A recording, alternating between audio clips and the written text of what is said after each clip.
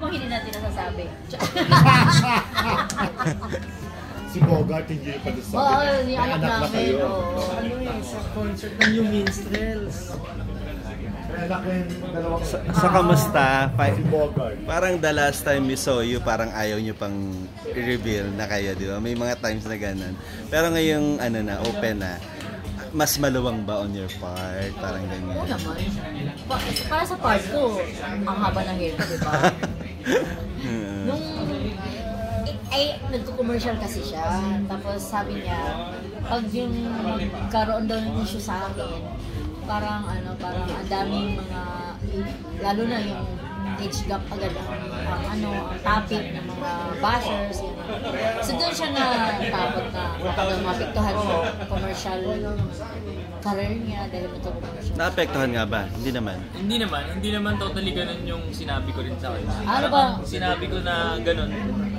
Kasi pag nalaman ng marami, iniisip ko baka masira kami. Yung marami pang makikiepal sa relasyon namin.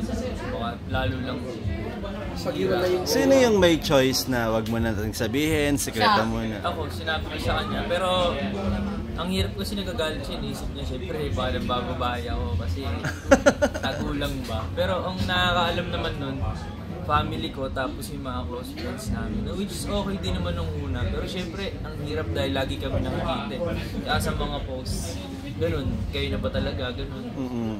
Nilabas na. Pero ano yung hints na, sige, sabihin na nga natin, kaysa tinatago, may ganun. Hindi naman na pinaghandaan yun. Nag-guest ako sa show ni Tito Boy Abunda. Then nagpipintuhan kami. Siyempre pinakilala ko siya kay Tito Boy, na boyfriend ko. Then may mga press doon. Hindi naman namin akalain na nailabas niya yun. Itago natin sa pangalang si Jojo. Hindi. So, nailabas kami sa fifth. Sabi ko, wala na. Siyempre, panindihan na natin. Ito, ang pangit naman kung i-deny natin para naman tayo.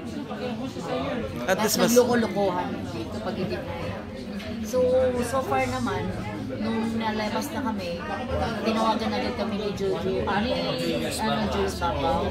So, maganda naman yung mga feedback.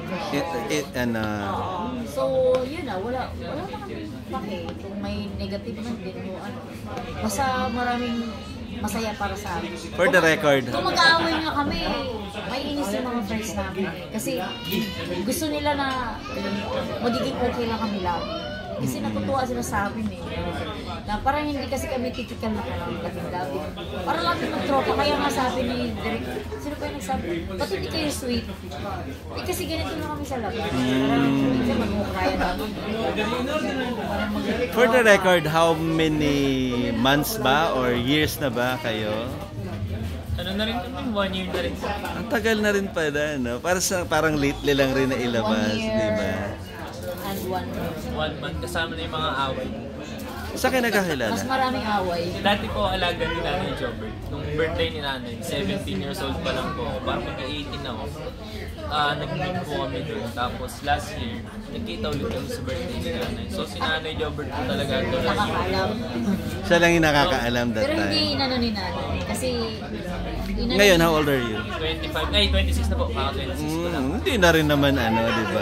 Parang ako 28. di ba? Hindi naman masyadong malayo. 28 last year.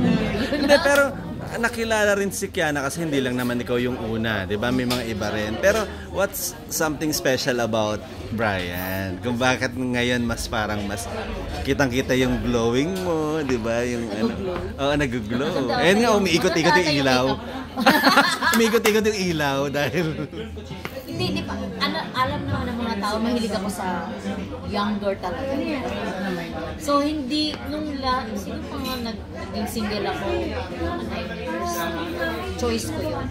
Kasi ayoko parang na-stress na ako. Na parang lagi ka magkaroon ng boyfriend. So, ayoko na lang gano'n. So, nung nagkita kami ulit, hindi rin namin expect. Sabi ko nga, binibiro ko pa nga siya kasi nung 17 pa lang siya, dinedma ko kasi syempre 17, di ba? Pero nanligaw na sa'yo ng 17 pa lang? Hindi, ina-add lang niya ako sa Facebook tapos nag-message siya. Hindi ko pinansin kasi bata. Parang tutoy tapos anak pa ni nanay. Hindi naman ako nag-message noon. Message lang. Tapos yung nagkaroon ka ng problema sa binyan na issue, di ba? Dahil minisis mo ko, inad mo ako sa Facebook. Ilan daw? Right lang to. 26 na rin siya. Tapos yung Not ano naman. natakot naman ako na baka kung if ever lang hindi ko siya siseryosohin, magalit na si Nanay Jobert, di ba? Kaya hindi ko talaga siya pinapansin. Tapos nung last year birthday ni Nanay, sabi ko, siguro nakalimutan mo, nakalaki na kasi niya, iba na yung ano niya eh. Sabi ko, ay, pwede na gumana na. So, timing na ng broken hearted siya. Parang wala na. Okay, wala lang that time. Napagtripan lang din siguro niya yun. Ako naman, hindi na ako naniniwala. Na parang joke lang naman ako eh. Ako naman yung may iwas. Kasi nga kay Nanay, baka magalit sa akin na hindi ko siseryosohin yung alaga. So, ayun, parang wala, hindi naman namin pinaghandaan. Hindi, kasi wala talaga sa plano. Pero what's the secret of being together? Ngayon, kumbaga, yung, syempre yung adjustment sa age, sa likes nyo, sa mga hilig nyo in life, di ba? Nagkakaroon ba ng conflict? Sa kanya, malaki siguro adjustment kasi last niyang girlfriend is bata pa naman yun. Ilang taon yun? Mga 27. Oo, ganun lang yung gap. Then, sa akin, kanay na ako eh, laging bata. So, alam ko na magsimula. Alam ko magpalaki ng bata, di ba? Ikaw, Brian, kumbaga, gaano ka dali na magkaroon or ka-exciting magkaroon ng girlfriend na katulad ni Kiana, na older than you? Masaya kasi bukod sa nakakatawa siya, tinitignan mo siya parang ang saya lang namin. Simpleng buhay lang. Lulutuan niya ako, gano'n, tapos mag-aaway kami maya. Tapos ang pinakamaganda kasi dun, yung mga pangarap namin parang unti-unti natutupad. Kagaya ngayon na nagnegosyo kami. Hindi na naman namin in-expect na magkakaroon kami nun. Pero pinapangarap lang namin siya, tapos nangyari. Kung galing naman, parang talagang swak tayo sa mga gusto natin sa buhay. Si Kiana naman, bakit laging mas bata sa'yo? Tanong ba yun? Siyempre masarap. Di ba? Oo. Naman, pili ka ng kung ma-expired na yun, di ba? Ma-expired din, ito kakagawa pa lang, di ba? Yun yung gusto namin sa'yo, di ba? So, ako naman hindi bago sa akin. Pero may mga natutunan ka ba sa mga past relationship mo with na pwede mong i-apply ngayon tulad Oo na naman, medyo mahaba yung pasensya ko ngayon. Hindi nagagaya noon na laging nagagalit agad. Kaso lang yung parang ang relasyon namin parang magnanay. Ano ba to? Nanay ba ako? Kasi lagi ako nagpapaalala, lagi nag-correct, lagi na ganito. Kasi syempre mas marami ang alam. Pero yung nag-aalalay na lang ako, bigla na lang iwalay kami, tapos cry-cry lang mo. So parang lagi kong inaalalayan na hindi masyadong kasi bata pa eh. Pero open ba kayo magkatrabaho in one project kung sakali? Gusto nga namin eh. Gusto nga namin, sana si Direk, si Amayor, Mamay. Matuloy talaga, no? At magkakasama na nga kayo ngayon. Inisip ko lang na kung magka-eksena kami, kasi never pa ako nagka-join ng art show kasi iniwasan ko din. Testless nga. Kasi di pa alam natin yung mga kalakaran sa showbiz. Pwede ka na-develop sa mga partners mo. Pwede kang matukso, madali ka matukso. Siya kanya ka natatakot. Sa lahat, parang kalakaran. Kahit naman ako na-experience ko dati na magkasama kayo sa project.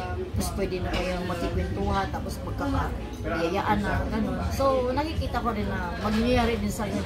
Kaya ayaw ko yung showbiz. Since na nakamonitor naman ako na may mga project siya na, sabi ko, basta alam mo na if ever mangyari sa'yo yun, malaking magpagbabago sa relasyon. Dahil, ando na yun, wala nang matutuwa sa gano'n. Maraming natutuwa dun sa relationship niya. Pero syempre, merong ding mga basher. How do you handle yung mga basher? Ako pa ba? 20 years na ba? 25 years na ako sa showbiz. Bago pa ba sa akin? Lagi puro naman controversial yung mga issues ko eh. Personal. Sanay ka na? Personal sa lalaki. Nagbabago sa buhay ko eh. Parang tuloy-tuloy naman ang buhay ko. Tuloy-tuloy ang hanap buhay ko. Ingit lang yan sila kasi syempre masarap ang mga jowa ko. Diba? Ano ba explain ko, ako ba mag-adjust? Buhay ko to eh. Kaya wala akong hindi. Si Brian, dahil bago lang, di ba? At first time, di ba, na magkaroon ka ng jowa na mas older than you. How do you handle yung mga basher? Wala naman po akong pakailan sa kanila. Hindi ko na lang pinabasa. Ang naano lang, syempre, yung family ko, nagulat sila na nababasya ko. Pero wala naman. Pero tanggap nila si Kiana? Opo naman. Pinakilala mo rin, in-introduce mo rin. Opo. Nung una kasi, hindi ko naman sinabi na girlfriend ko dito. Kasi baka mabibiyasa. Tambay-tambay naman sa kanila. Noong unti-unti ko lang, tapos yun, lumabas na nga yung issue namin. Sinabi nila. At saka ramdam naman nila eh. Hindi lang officially. Na sinabi niya. Oo, kasi ako ba naman, ako lang mag-isa mag-New Year, mag-Christmas sa kanila, mag-New Year. Ano ba ako sa kanila? Ako lang mag-isa. Bago-bago pa lang kami, pag may mga racket siya, lagi akong +1, nakaka-racket din ako. Kaya nagugulat yung parents ko na. Bakit? Ba't sunod-sunod magkasama kami? Dalawa lang.